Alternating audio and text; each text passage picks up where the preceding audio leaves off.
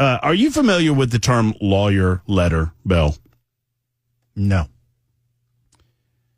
A lawyer letter is a letter that you send from an attorney, from letterhead from an attorney, that is in response to some situation or issue. I mean, like a cease and desist? Well, it's, you can stop a lot of nonsense by sending out a good lawyer letter.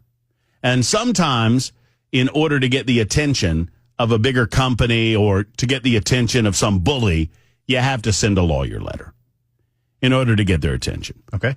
One of the better examples, I'm very distracted here, but this is pretty funny. I think you'll enjoy this. One of the better examples of a good lawyer letter happened in the 1970s, where there was a new attorney general that had been elected in 1976 in the state of Alabama by the name of Bill Baxley.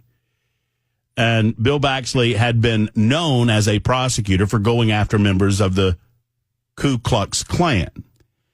And the Klan, and I won't bore you with the Klan's letter, but the Klan wrote him this long, detailed letter demanding this and demanding that and demanding the other thing and demanding this thing. And Bill Baxley had subsequently to his election, or just after his election as Attorney General, he announced that he was reopening the 16th Street Baptist Church bombing case, which had, up until that time, from 1963 to 1976, gone unsolved. As a result, ultimately he found the ringleader and he prosecuted successfully the ringleader of the bombing, and he was sent in jail. A guy by the name of Robert Chambliss, and then eventually Bobby Cherry, I think his name was found guilty later on. Anyway, so the Klan sent him a threatening letter telling him everything they were going to do and demanding a response to Bill Baxley. You know what Bill Baxley's response was? It's one of the more famous lawyer letters in history. Pound sand? Well, it's better than that.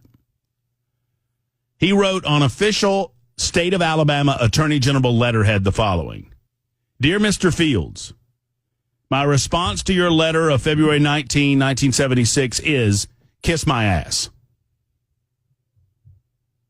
Sincerely, Bill Baxley, Attorney General. That was an official letter? Yeah, in 1976. So well, you don't have to wonder if he had disdain for him or not, So he didn't even make it public. The Klan made it public to try to embarrass him. So that backfired, didn't it? He sent it back to them, and they're like, "Oh my God, look at this! This guy used the A word." He's like, whatever.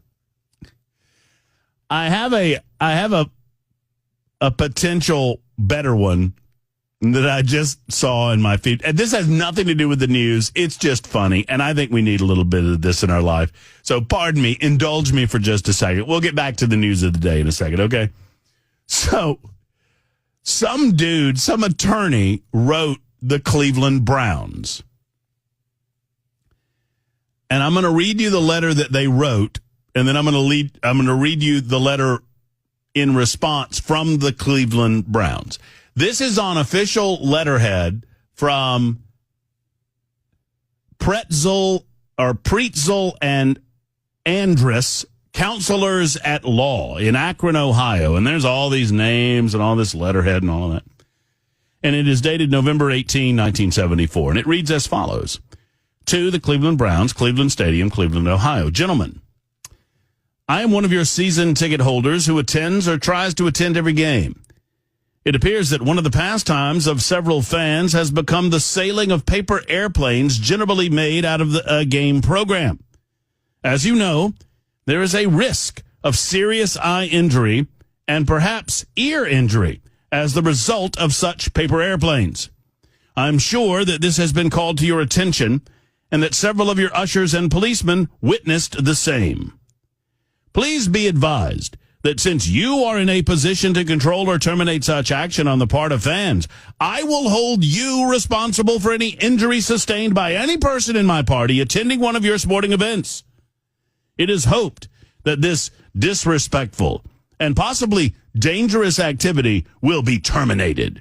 Yours truly, Rotzel and Andrus, Dale O. Cox, Esquire. You want to know what they said? I know you're adding the emphasis, but it's just... That's why I just read what was on them. Playing it back in my head just because he's such a funny visual. The Cleveland Browns responded, and they wrote him back.